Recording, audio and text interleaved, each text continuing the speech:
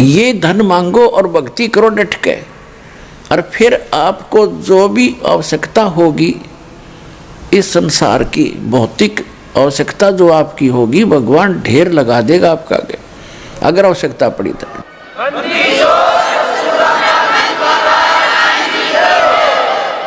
अब जो दास concept clear करना चाहता है कि द्रौपदी का चीर बढ़ा, उसको समझाने के लिए आपको ये भूमिका बना रहा है दास।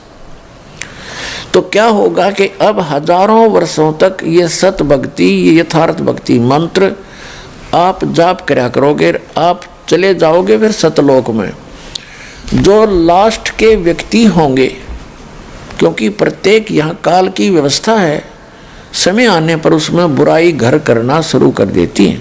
1000 वर्ष तक तो ये प्योर चलेगा और अरबों खरबों की संख्या में भक्त मुक्त होंगे, सब सतलोक चले जाएंगे।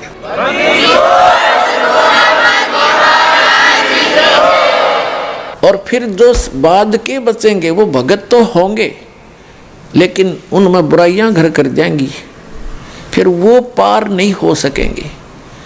और उनके पीछे इस भक्ति से, क्योंकि ये यथार्थ भक्ति है, ये मूल मंत्र हैं, और ये भक्ति धन बहुत ज़्यादा संग्रहित हो जाता है थोड़े ही सुमरण से, तो वो भक्ति धन उनके साथ होगा। फिर ये काल उनकी कैसे दुर्गति करेगा। जैसे आपको प्रथम मंत्र दिया जाता है, उसमें श्री ब्रह्मा जी, विष्णु जी, शिव जी और दुर्गा जी, गणेश जी, इनकी मजदूरी दी जाती है। यह कोई पूजा नहीं है। पुण्यात्माओं, हम इस स्पिरिचुअल नॉलेज को बिल्कुल नहीं समझ पाए, हमारे को अध्यात्म ज्ञान कति नहीं था। हमने जैसे किसी से बैंक से लोन ले रखा है और उसका लोन हमने उतारना है, तो हम उसकी पूजा थोड़ी कर रहे हैं। सहर्ष देवांगे तो हम इंसान, नहीं तो फिर इंसान भी नहीं, हम करते नहीं निभा रहे अपना। ऐसे ही जैसे हमारा कोई बिजली का टैक्स है और हम बिजली खर्च कर रहे हैं तो उसका बिल भरना ही है। हम जाएंगे वहाँ नमस्ते करते हैं, वहाँ के कैशियर से जो लेता है या अधिकारियों से मिलते हैं, उनको प्रणाम करते हैं, सभ्यता से पेश आते हैं। तो हम उनकी पूजा करने नहीं जाते हैं, हम अपना ऋण देने जाते हैं, जल की टैक्स भी भरते हैं और प्रणाम भी करते हैं, क्योंकि सभ्यता यही कहती है। तो इसी प्रकार हम इन ब्रह्मा विष्णु महेश के ये जो हमारे ऊपर ऋण है, क्योंकि इनके लोक में हम रह रहे हैं, ये हमने इस मजदूरी दे देकर इनसे राहत प्राप्त करनी है। ये सिर्फ इतना काम है। और जब हम यहाँ से स्वदेश चलेंगे तो हमारे शरीर में कमल बने हुए हैं। कमल बीन ये बैरियर हैं आत्मा के लिए सतलोक जाने में, बाधाएं हैं। तो वो बाधाएं इन मंत्रों से क्लियर पाएंगी आपकी, फिर आप पहुँचोगे त्रिकुटी पे। हमारे शरीर में कमल हैं, मूल कमल है, जैसे बैकबोन है रीढ़ की हड्डी, इस ये जा करके लास्ट में गुदा के पास समाप्त होती है। और उस जहाँ ये एंड होता है इसका अंदर की तरफ, हमारे शरीर के अंदर की तरफ, इसके 2 उंगल ऊपर, लगभग 1 इंच ऊपर, एक कमल की शकल की, कमल के आकार की आंतड़ियाँ बनी हुई हैं। जैसे कमल के फूल के पत्ते होते हैं, आंतड़ियों की ऐसी निशान से हैं। अब तो भक्ति है नहीं आपकी, तो वो ऐसे चिपके हुए हैं जैसे खाली ब्लेडर होता है। और जब भक्ति शुरू होगी तो उनके अंदर ये मंत्र से हवासी भरी जाएगी और वो अंदर की नसें तन जाएंगी। जैसे गाय भैंस का सतन पहुँचने से पहले, यानी उसमें जब दूध प्रवेश नहीं होता तब से पहले वो लटकते रहते हैं, और जब बछड़ा और बच्चा छोड़ा जाता है उसको चूसने की चेष्टा करता है, वो तन जाते हैं ऐसे, तो उनमें दूध आ जाता है, उसी से तनते हैं। तो ऐसे ही वो कमल के आकार की जो छोटी छोटी सी आंतड़ियाँ हैं, इस भक्ति के मंत्र से वो तन जाती है। और अब वो ऐसे लटक रही हैं, अब वो जब खिल जाएंगी ऐसे खुल जाएंगी तो अंदर से एक चमक निकलेगी, बिल्कुल सर्च लाइट जैसी, बिल्कुल बारीक सी, और तब वो समझो खिल गई। तो अब हम फिर हमारा वो क्लियर हो गया, ये समझ लो वो बैरिगेट क्लियर हो गया। हमने किसी कमल में प्रवेश नहीं करना है, क्योंकि ये तो एक रास्ते में आपके मार्ग में ये काल की दुकान है। इनमें जैसे बालक है, माँ बाप ने भेजा था बेटा खेत में रोटी देकर आ, रास्ते में कोई मेला है, वो कहीं मदारी रीछना चाह रहा है, कोई गाने गा रहा है, कोई चाट बेच रहा है, कोई खिलौने बेच है, तो वो बच्चा यदि उन खेलों को देखने लग गया तो वो वही खड़ा रह जाएगा और उस काम से वो नहीं पहुंच पाएगा। तो घर वाले गढ़ेंगे उसने, तो भेजा था कहाँ, वहाँ भूखा मरा, तू यहाँ बकवाद कर रहा। तो इस प्रकार हमने मार्ग में चलते समय उनको नहीं देखना है, अपना जो कर्तव्य है उनका टैक्स क्लियर पाओगा आपका। परमात्मा साथ रहेंगे इस दास के रूप में। जब आप यहाँ से चलोगे आपका अकाउंट कराता चलेगा।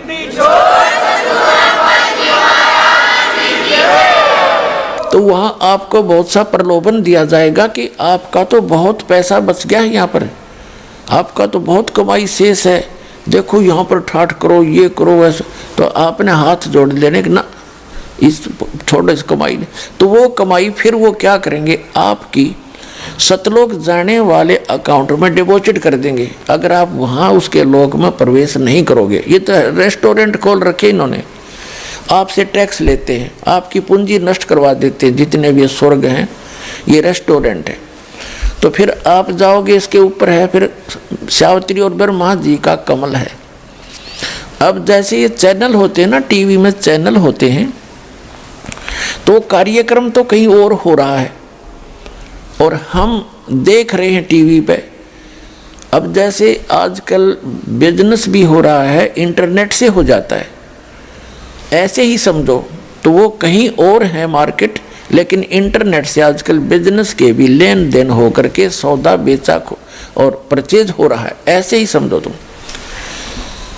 तो ये तो एक इंटरनेट का सिस्टम है हमारे शरीर के अंदर, उस गॉड का, परमात्मा का।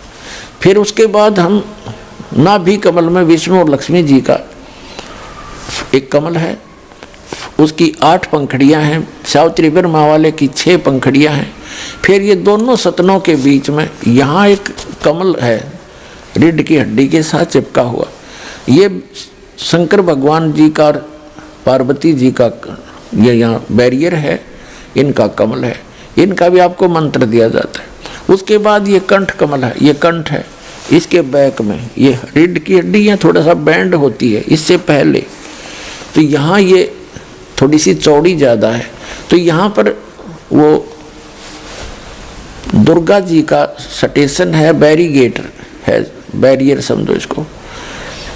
उसकी 16 पंखड़ियां हैं और शंकर भगवान वाले कमल की 12 पंखड़ियां हैं। इसके बाद फिर आगे जाएंगे, त्रिकुटी पर पहुंच जाएंगे। त्रिकुटी तो एक कॉमन इंटरनेशनल एयरपोर्ट समझ लो, वहाँ तो सभी साधक जाते हैं। वहाँ जाने के बाद फिर उनको 3 रास्ते हो जाते हैं, त्रिवेणी बोलते हैं उसको, 3 रास्ते। तो उस त्रिवेणी का जो सामने वाला रास्ता वो ब्रह्म रंध्र कहलाता है, बीच वाला वो किसी से नहीं खुलता, वो केवल इस दास से प्राप्त मंत्र से जो परमात्मा कबीर जी ने दिया है उससे ही खुल सकता है, सतनाम से। तो जो सारा कुछ दास जो बताना चाहता आपको कि फिर क्या होगा, जो पार नहीं हुए वो क्या करेंगे, उनके ये मंत्र बच जाएंगे, कमाई उनके साथ होगी, पार वो हुए नहीं। अब जैसे कोई व्यापारी है और पैसा लेकर पैसा कमा लिया उसने और फिर पड़ गया गलत आदत में, तो जितनी कमाई करी थी होटलों पे, बदमाशी में, फिल्म देखने में, ठाठ करने में बर्बाद कर देता है। तो जो भक्त यहाँ रह जाएंगे उन्हीं में से ये काल ऊपर स्ट्रोक करेगा। इसने इस ब्रह्मलोक के अंदर एक ब्रह्मांड में ब्रह्मलोक बना रखा है। ब्रह्मलोक में एक इंद्र, महाइंद्र का लोक है, महाइंद्र, उसको महास्वर्ग बोलते हैं। उससे आगे है फिर नकली सतलोक, नकली अलखलोक, नकली अगमलोक और आगे डुप्लीकेट अकय लोक, अनामी लोक बना रखे। तो इन पुण्यात्माओं को जिन्होंने सतनाम का जाप कर प्राप्त है और वो पार नहीं हुए, और सार नाम भी प्राप्त है, वो पार नहीं हुए, क्योंकि पार तो कोई गलती कर दी उसमें भी रह जाओगे तुम, बेसिक तीनों नाम प्राप्त हो गए। तो उनको फिर जो सार नाम प्राप्त है उनको अकय लोक में, उसमें अगम लोक में रखता है, अगम लोक में। और जो दूसरा सतनाम तक प्राप्त हैं वो अलख लोक और उस सतलोक में उनकी कमाई के आधार से रखता है, यहाँ नकली सतलोक अलखलोक में। और फिर वहाँ से भी उनके फिर पुण्य बच जाते हैं, उनको फिर ये क्या करता है, उन्हीं आत्माओं में से, जैसे ब्रह्मा जी की मृत्यु होगी जब इसके 100 वर्ष पूरे हो जाएंगे, तो दूसरा ब्रह्मा उत्पन्न करके दुर्गा के संयोग से अपने पुत्र रूप में ये उस स्थान पर उसको कोमा में रखता है, उस रजोगुण प्रधान क्षेत्र में। जिन्होंने इस दास के सत्संग बहुत सुन रखे हैं वो आसानी से समझ सकते हैं। आज डिटेल नहीं बताऊंगा, आज दास दूसरे उद्देश्य सत्संग का वो अन्य है, उसकी भूमिका बना रहा हूँ। तब आपके समझ में आवेगा। नहीं तो आज तक आपने उआबाई सुन रखी है, तत्व ज्ञान किसी से बताया नहीं, सब जो है ना एंड बैंड मार करते, हमारा अंतःकरण खराब कर डाला, हमें विद्वान बना दिया नकली। अब परमात्मा का सच्चा ज्ञान आता है तो 36 मन में पता नहीं कितने ऑब्जेक्शन खड़े हो जाते, ऐसा नहीं वैसा नहीं। और पहले जो आप बकवाद सुन रहे थे उसमें क्या, वो कहाँ से आधार था आपका, वो सारा सच्चा मान रखा आपने। और ये प्रमाण के साथ दिखाता है दास। एक पॉइंट को क्लियर करने के लिए 6 प्रमाण दिखाता हूँ और फिर भी मन बकवाद करता है। तो मन तो ये काल है, इसकी नहीं सुनना, आप परमात्मा की बात पर अमल करना, आपका कल्याण होगा।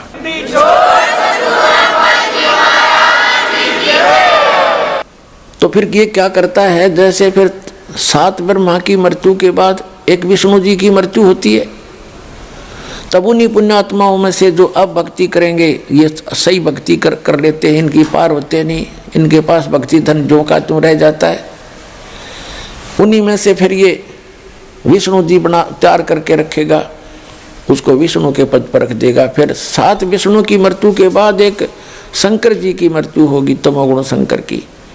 तो तब तक ये एक और अन्य उन्हीं पुण्यात्माओं में से अपना पुत्र रूप में शंकर तैयार करके रख लेता है। और उन पुण्यात्मा जो वर्तमान में ब्रह्मा विष्णु महेश बने हैं, ये आगे 84 लाख योनियों में चले जाएंगे।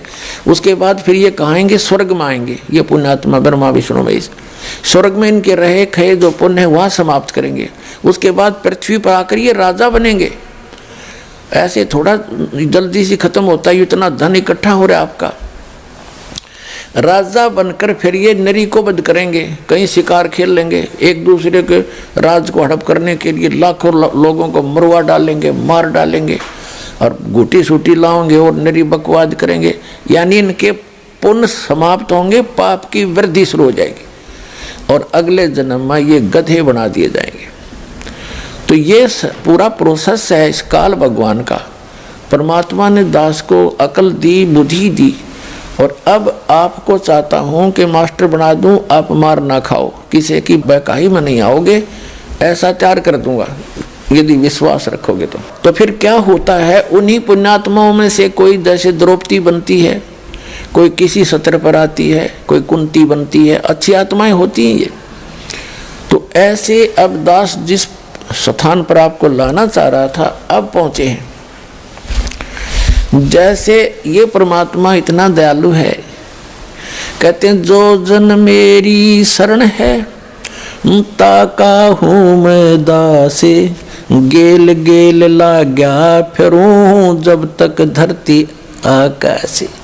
एक बार भी कोई पुण्यात्मा मेरी शरण में आ गया, मेरा बच्चा बेटा या बेटी, कहता उसको मैं फिर छोड़ दूँ नहीं, उसके साथ रहूँगा, उसके पीछे पीछे फिरता रहता हूँ जब लग धरती आकाश, यानी जब तक ये कयामत आवेगी या प्रलय होएगी जिसमें पृथ्वी का भी नाश हो जाएगा, तब तक मैं उसके साथ रहूँगा और उसको चाहूँगा, कोशिश करूँगा कि निकल जा जल्दी सी।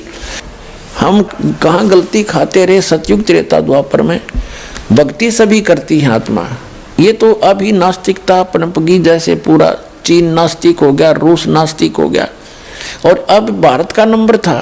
जब ये भक्ति शुरू ना होती 100 वर्ष के बाद भारत भी कंप्लीट नास्तिक हो जाता, क्योंकि इतने नकली पंथ चल पड़े, इनसे लाभ कुछ हो नहीं रहा, सभी थक चुके, ना कोई सुख हुआ, ना आध्यात्मिक लाभ ना भौतिक लाभ होता। तो अब कुछ दिनों में ये सभी नास्तिक हो जाते, कुछ ना रखा भगवान भगवान में। तो यही कारण था कि जैसे चीन पूरा महात्मा बुद्ध को मानते थे, और उनके पूर्वज जो थे उनके न्यायी बन गए, उनके द्वारा बताई सब क्रियाएं करते थे।